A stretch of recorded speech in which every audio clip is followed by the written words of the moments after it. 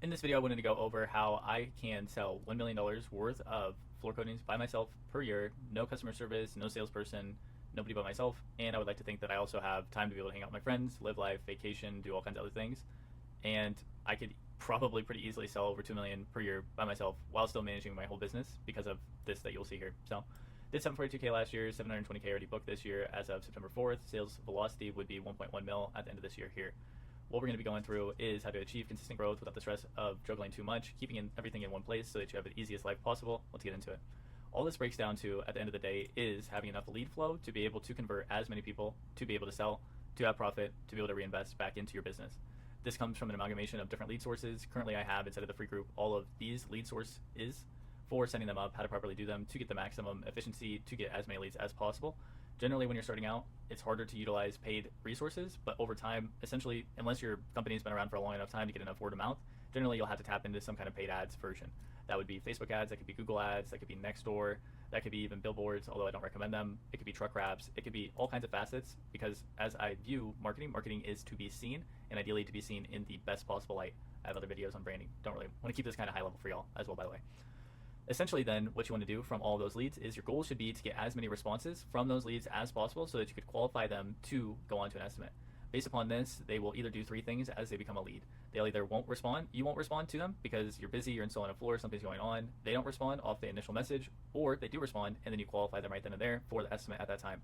If you don't respond, you should have some kind of sequence set up for a missed call follow-up so that they know that you're alive and they don't move on to the next company and they stay in your good graces because they don't think that you're lazy or not really paying attention to them.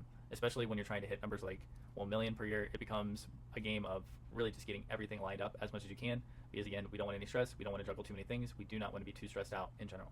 On top of that, if you would like, you can eventually put in things like appointment setters so that they can respond in the text format. I never do AI calling or any of that kind of stuff.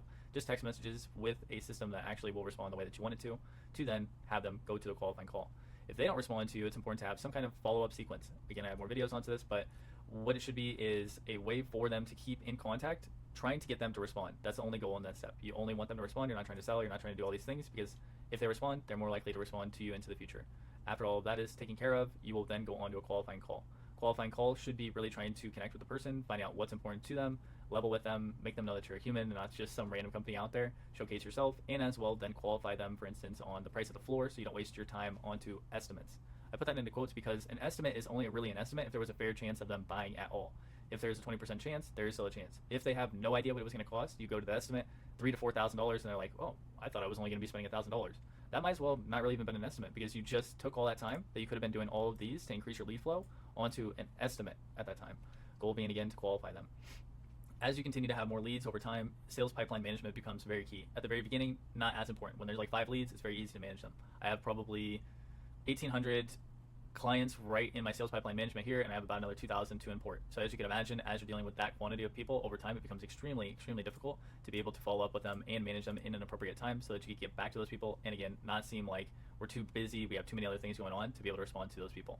At that time as well, whenever you're qualifying onto people, some of them will be unqualified. It's important to be able to label those people so that you could eventually reach out to them through either text blasts or as well just manual follow up with them so that they can tell, oh hey, I remember that now. Oh yeah, it was like a couple months ago. Oh, now I'm not as busy now. And then boom, you can then get them over from responded into an estimate, again qualifying them at that time. After you're onto the estimate, the main goal of the estimate is that you should, I learned this from Jeremy Miner and it's actually been insanely useful, which it's a simple statement. Follow-up is for losers. The goal should be when you're onto the estimate that you've done everything onto the back end so that when you're onto that estimate, there is no doubt in their mind that you are going to be the company that can help them. This could be sales materials, this can be portfolios, this can be an arrangement of them seeing you online and letting all of your reputation help you out and do a lot of the heavy lifting for you as well too. Very important to have a lot of reviews, pictures online, jobs that you've completed, as well as any other resource so that they can really understand what they're going to be getting themselves into. After the job is won, the goal is, and as well too, if they do an estimate, but then you still need to follow up with them, very important to have some kind of pipeline change so that you can put that onto your calendar.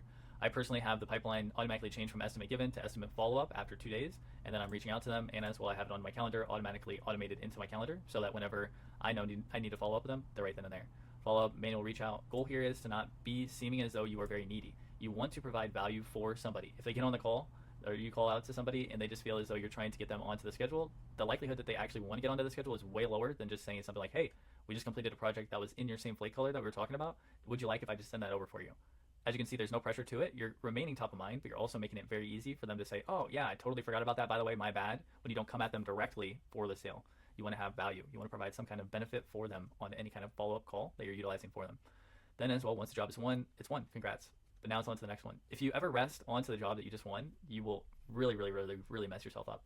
If you get too happy by having an amazing large amount in a month, then the next month, most likely, you won't grind as hard as you did the month before that, because you're like riding off the highs of selling the most ever. The goal should be, if you're trying to do a lot of sales, try to do as many sales as you can and just don't even think about the numbers. Let the numbers just be benchmarks so that you can understand your metrics and know your numbers, so that if there is ever an issue at all, you know where you need to calibrate yourself so that you can become better onto it.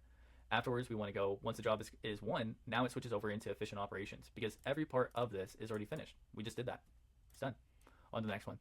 Efficient operations. You want to have optimal scheduling. So for instance, if two jobs are going to be in the same city, but they're very far away from you, try to bring those together, just in case you put the base coat down onto one job and then you're able to go over and grind the other one, so that you can make your next day very easy for whenever you are installing the top coat onto that floor, or if you're waiting for moisture vapor barrier epoxy to cure.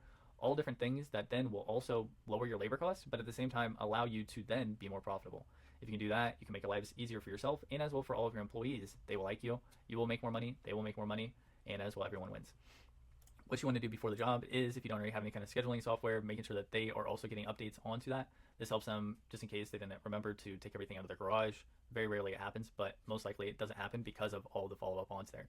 We do a 1-day reminder, if not a 2-day. If it's going to be something that's more further out, like if it's already a month and a half out, then we'll do a 2-day reminder just in case for them at that time. I have all the tutorials here for concrete prep, base coat, scraping, top coat, all of that, as well as making advanced videos currently for everyone with A to Z of it. It's going to be the craziest thing ever, in my opinion.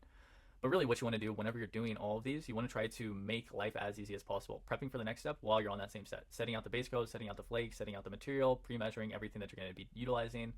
Put a topper on it if you're going to have like liquids exposed, obviously, so that nothing gets into it, so that your process isn't messed up. But really trying to automatically be ready for the next step before you're in that step at that same time. While the base coat is already installed, you can do other sales tasks while waiting. Throwing door hangers, yard signs, talking to neighbors. All of these different opportunities that you have to be able to help out your customers and get more customers at that same time. Then, whenever you're done with the top coat, making sure that you have invoicing, review generation, automation, so that you can get even more reviews, so that even more of your sales into the future are easier. You can use that in your marketing, and as well any additional marketing. For instance, before and after pictures, videos, anything that you can take so that you can showcase this to more people and as well bolster yourself. Afterwards, everything is done for the day. You're going back. You want to have efficient restocking. If you can restock jobs very easy, the main goal with that is that your guys will not have to go to the store. And if you can restock everything and already have it for the next day is automatically going to be easier when everybody is less awake. You want to try to do everything at your strongest point so that when you're at your weakest, life will be easier. And that is about it. If you guys got any value out of this, like, subscribe, as well as all these videos are inside of the free community. I do this because I am probably decent at the floor coatings, and I would like to share this with other people so that they can become decent as well. And I also take a lot of the feedback that everyone employs here to make even more videos to make this even stronger. Hope you all have a great day. Peace.